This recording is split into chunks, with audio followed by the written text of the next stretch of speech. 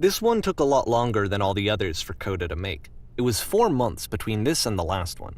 That's twice as long as it took him to make any other game before this, and it's not like it's particularly complex, so I remember I found that a little strange at the time.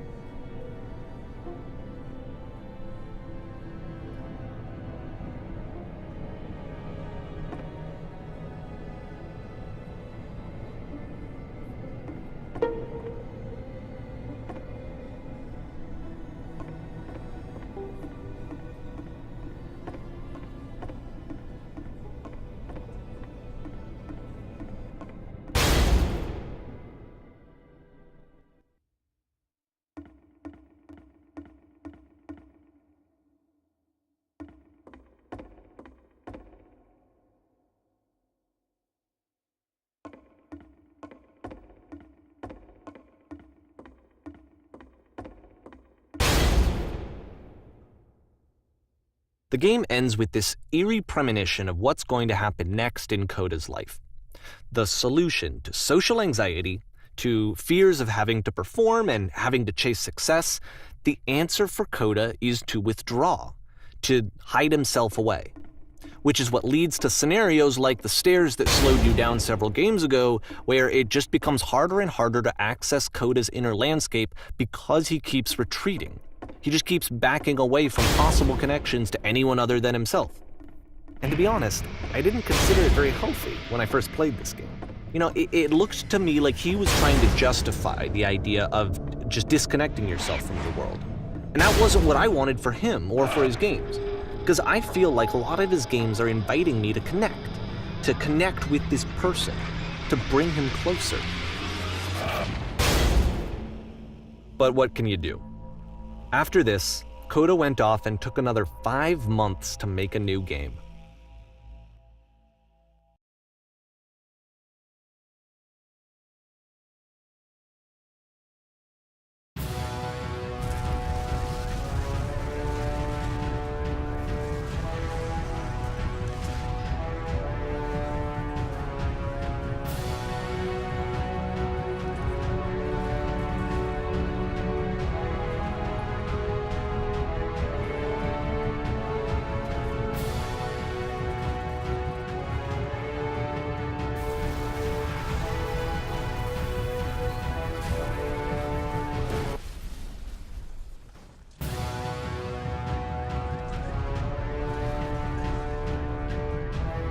You should probably open your eyes if you haven't already. It's pretty much impossible to solve otherwise.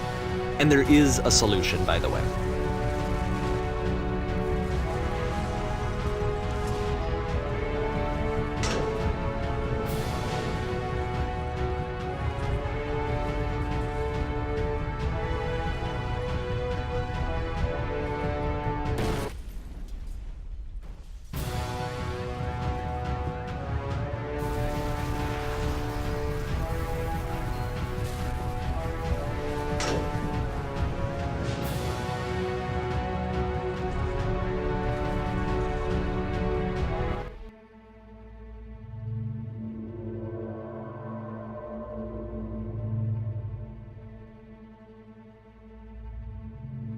Like I said, I was getting concerned.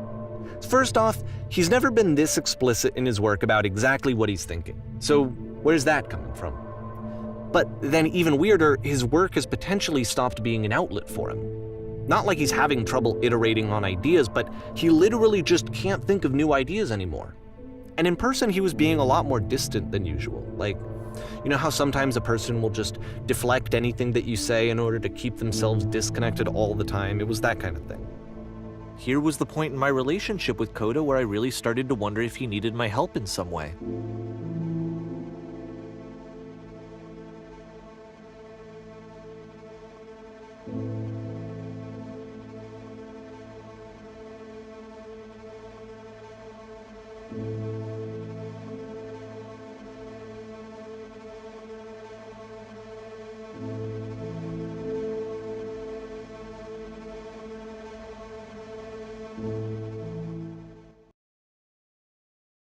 His games are going to get more desperate from here on out. After this game, it's almost 6 months before he finishes something new.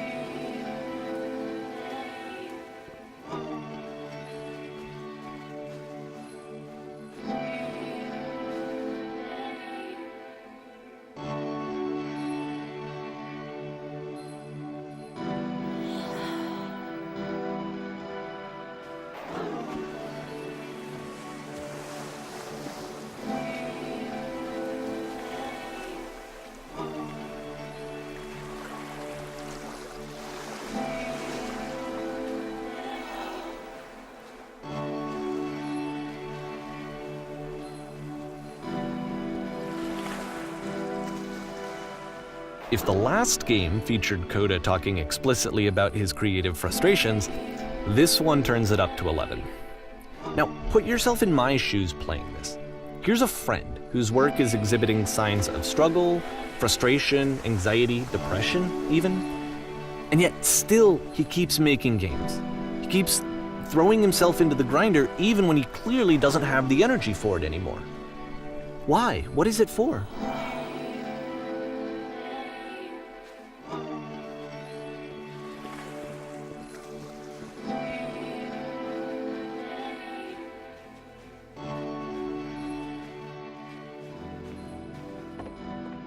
Because from my perspective at the time, and just what I knew of him, this was a result of how isolated he was.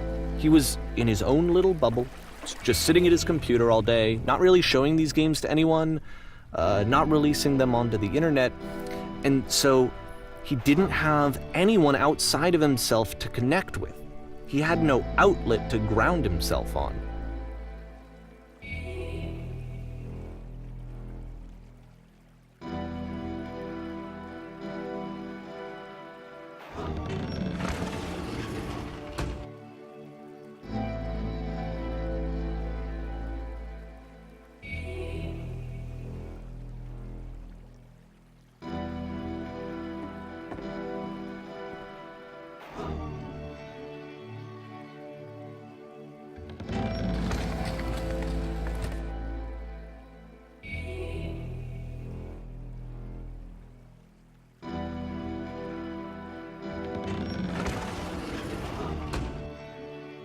You can't talk yourself out of loneliness. It doesn't work that way. You can't be the one writing both the questions and the answers. Then there's no movement. Then there's no circulation. If all of your anxieties are being channeled into your work, then if the work ever fails, you have no backup and you're just going to crash.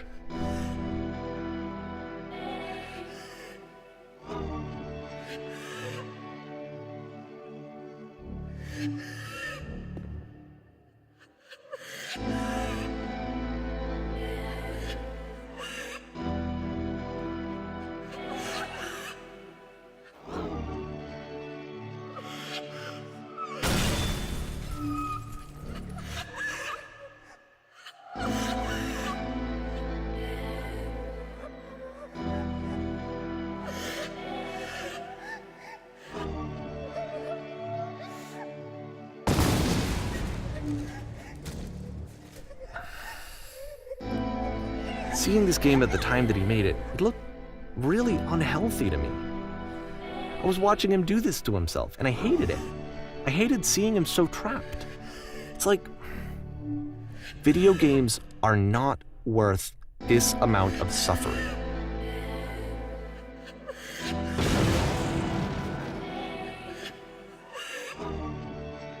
This is someone I really cared about. And I used to get so much joy out of seeing him create. For him to suddenly become angry and frustrated like this, it was the worst thing for me.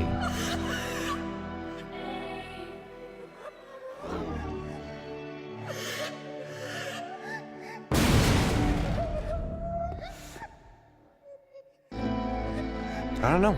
This is what I felt at the time. I don't know how else to explain it. I wanted it to stop more than anything. I had never felt so rotten. I needed more than I had ever needed anything for this to stop.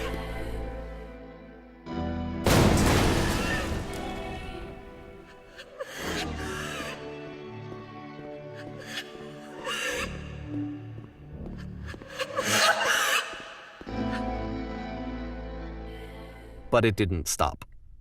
After finishing this one, Coda takes another 7 months and comes up with a new game.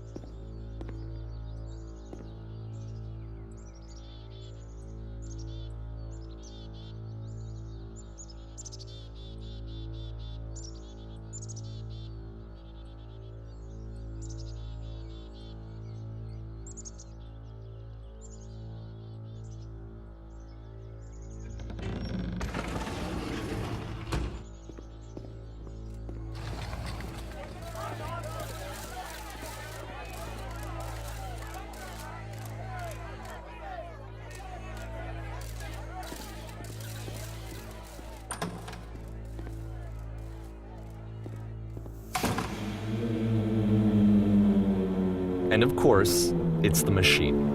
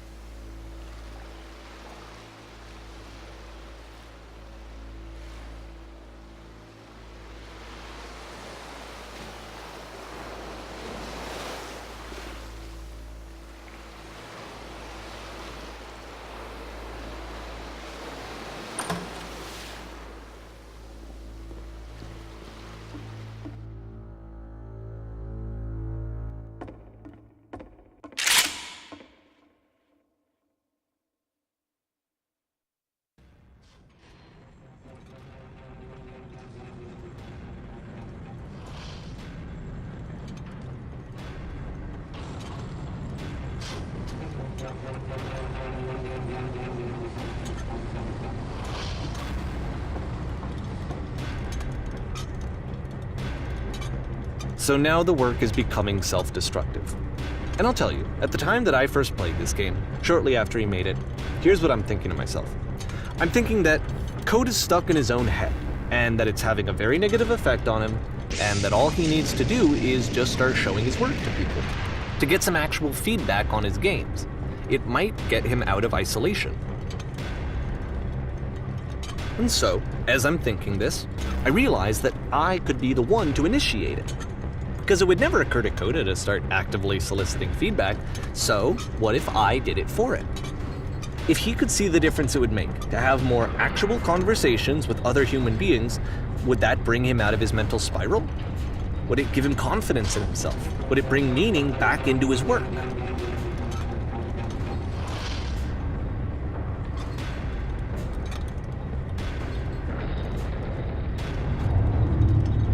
So I started showing Coda's work to people.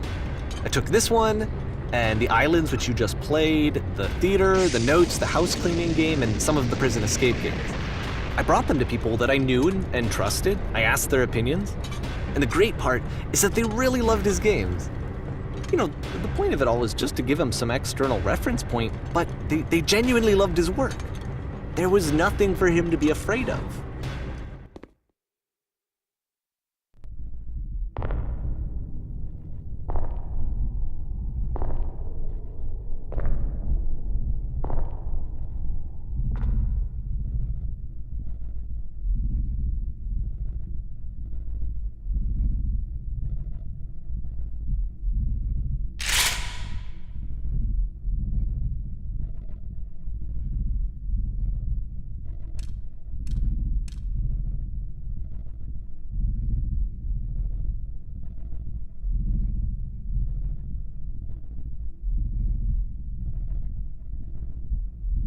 Can you see why I felt like this was the right thing to do? Because it's the thing that I always feel like I need, to be told that my work is good, that I am good. When someone really connects with a thing that I've made, when they see themselves purely in my work, there's nothing that feels better. And I got to give that very same feeling to my friend. I did something, I really felt like I'd done something good, like I was a good person. I felt like there was a friend who was in trouble and was unhappy and maybe didn't like themselves, and I could fix it. If I could give him this gift, maybe I could fix the problem. When they told me how much they enjoyed his games, it was the best feeling. It was the absolute best feeling. It made me feel so happy, so beautifully, beautifully happy.